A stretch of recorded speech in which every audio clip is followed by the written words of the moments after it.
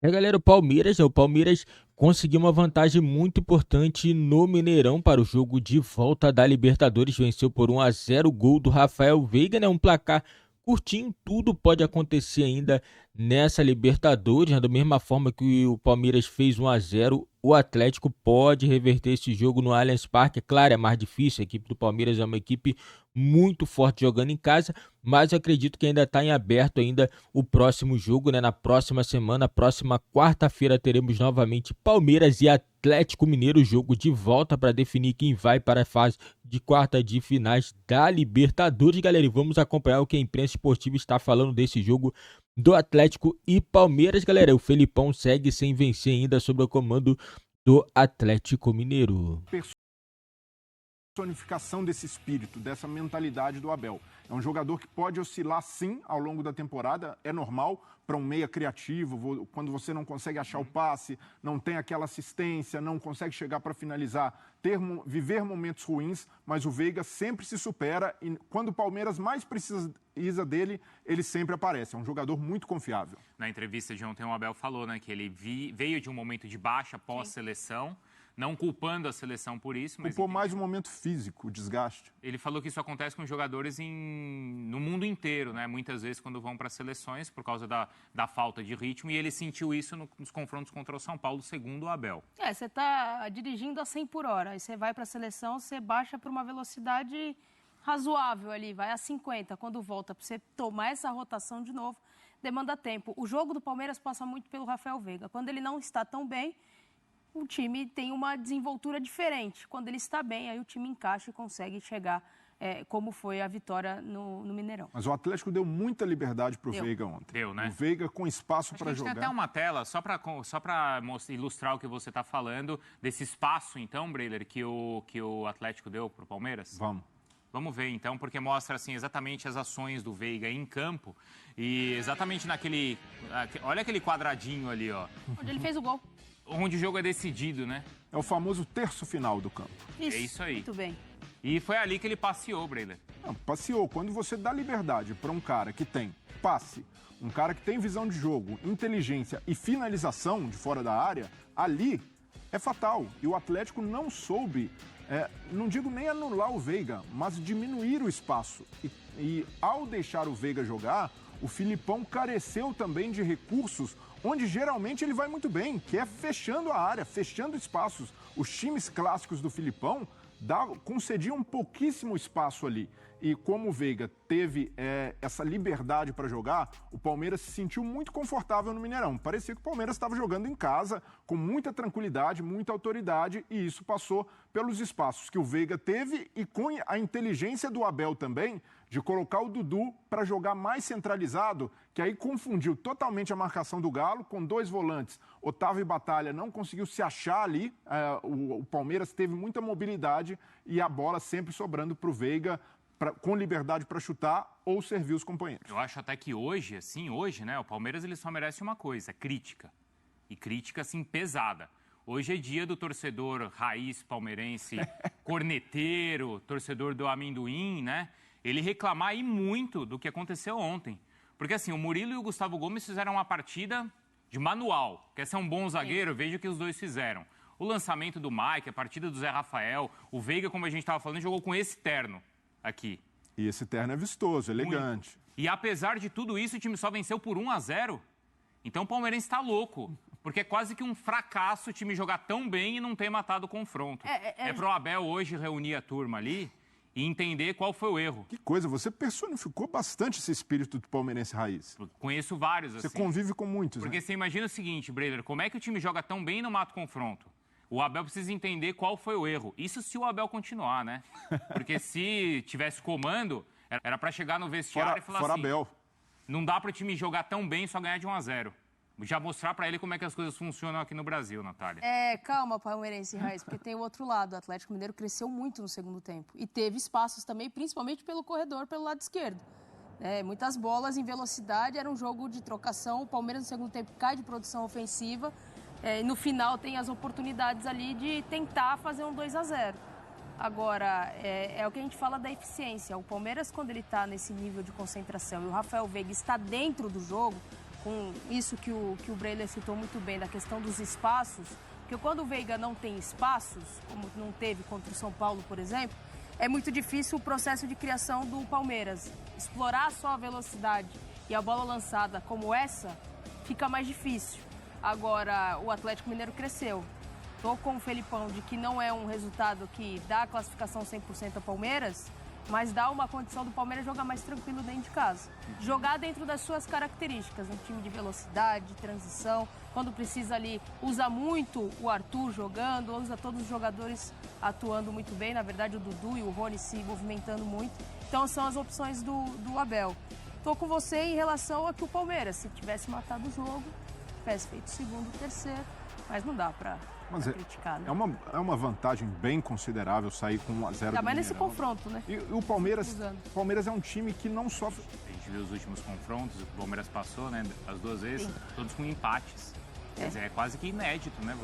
É inédito no mata-mata entre os dois na Libertadores alguém ter essa vantagem. Mas isso diz muito sobre o momento das duas equipes também. Esse é o confronto entre Galo e Palmeiras mais desequilibrado dos últimos anos. O Galo chegou em baixa, acumula 10 jogos sem vencer, não conseguiu ganhar ainda com o Filipão no comando, enquanto o Abel não só recuperou o Palmeiras, como chega nessa fase da Libertadores e ele reinventa o espírito. A mentalidade dos jogadores é vencedora de fato e consegue ser dominante. E para mim seria uma surpresa muito grande, ainda mais depois desse resultado, dessa vitória em Belo Horizonte, o Palmeiras cair na Libertadores para o Galo, que tem jogado muito aquém da sua capacidade. Não é um Galo que se enfraqueceu, sim, em termos de elenco, mas tem jogadores, tem recursos para apresentar muito mais. Então, e essa é uma questão, né? Como é que dá tanto espaço? Porque a gente não está acostumado a ver isso nos times do Filipão, né? Tanto espaço justamente naquele setor ali do gramado, não é, Natália? Onde a gente sabe que o Filipão gosta de travar o jogo. Mas não é um problema do Felipão especificamente, é um problema de uma gestão que trocou uma filosofia de trabalho. O Cudê não dava mais, você tinha que ir atrás de um treinador que tivesse uma filosofia semelhante. Sim. Porque entra o Felipão com uma ideia completamente diferente, para os caras trocarem de novo no meio do campeonato, os caras estão tentando assimilar. Não, mas eu entendo, claro que olhando assim para uma questão de temporada, esses 9 jogos, é claro que é essa a questão, né? De uma troca de trabalho. Sim. Mas eu estou imaginando o seguinte, como é que no jogo de ontem, né, em um mata-mata, você dá tanta liberdade para o time adversário? Por mais que o esquema tenha mudado, por mais que a ideia de jogo não fosse essa, como é que o jogador em campo, ele não tem autonomia para perceber que, cara, o Veiga estava passeando com 5, 10 minutos, era uma liberdade evidente. Como é que ninguém para, chama a atenção e toma a iniciativa tem a postura do jogador vamos de alguma também. Maneira, peraí, a gente tinha um plano, mas a gente precisa mudar. Porque tá aberto o jogo pro Palmeiras. Mas aí passa mais pelo técnico do que pelos jogadores. Eu entendo que ali dentro tem caras experientes para tomar atitude, para subir a rotação, mas a gente percebeu em alguns momentos, naquela primeira jogada do Veiga, o chute de fora da área, que quem está correndo atrás dele é o Hulk, vindo lá de trás. É sinal que o Atlético, sob o comando do Filipão, não encaixou, não entendeu ainda a ideia, porque é uma mudança muito brusca. E o Filipão, ele nem se esforçou para tentar aproveitar algo deixado pelo Cudê. Ele já chega de cara e já tenta impor a ideia dele, e isso daí é um choque de realidade. Até o atleta assimilar, entender esse novo mecanismo, leva um tempo e o Filipão está pagando caro por isso. Porque fosse um outro treinador, o Bruno Lage no Botafogo, por exemplo. A gente percebe que o Bruno Lage ele tem uma ideia mais propositiva, mas ele está indo com calma, está sabendo aproveitar uma base deixada. E por mais que o trabalho do Cudê fosse contestável, não era terra arrasada. O Cudê tinha deixado um Atlético que pelo menos propunha, criava ele não oportunidades. Saiu por causa de um trabalho ruim, né? Exato. Saiu por uma questão... Um desgaste. Bastidor, coisas saiu internas. por ele. Ele saiu pelas condições que o próprio Cudê fez acontecer no Atlético Mineiro. Mas é isso, como é que você coloca na cabeça de um jogador uma filosofia que eles não estão acostumados a trabalhar?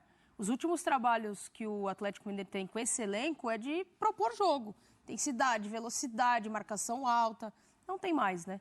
Então é um processo. Eu já vejo sinais de melhora no Atlético Mineiro. O segundo tempo foi melhor. O jogo contra o Flamengo, o Atlético jogou bem. Só que não está acontecendo. Que nem no começo do Cudê, que a gente falava, tinha 37 finalizações, não conseguia marcar um gol. O Atlético volta a ter um nível de produção muito grande, mas precisa ser mais eficiente dentro da área. Você também acha, como a Natália, que o confronto ainda está aberto, Breiler? para mim, a classificação do Palmeiras está bem encaminhada. Seria, repito, uma surpresa muito grande pelo desequilíbrio desse confronto.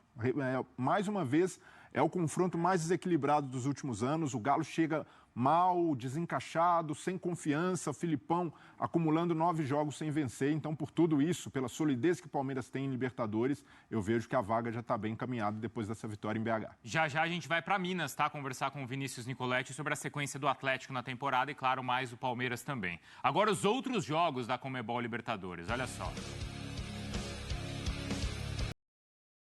Galera, é isso aí, né? O Palmeiras, na minha opinião, conseguiu um resultado muito bom, mas não tá definido, galera. É 1-0, só 1-0, tudo pode acontecer. O Atlético pode fazer um gol, lembrando, empate, né? Resultados iguais, né? Leva a partida para os pênaltis. Lembrando, galera, que se der empate, né, na próxima partida, Palmeiras avança às quartas de finais, já que o Palmeiras venceu primeiro por 1-0, né?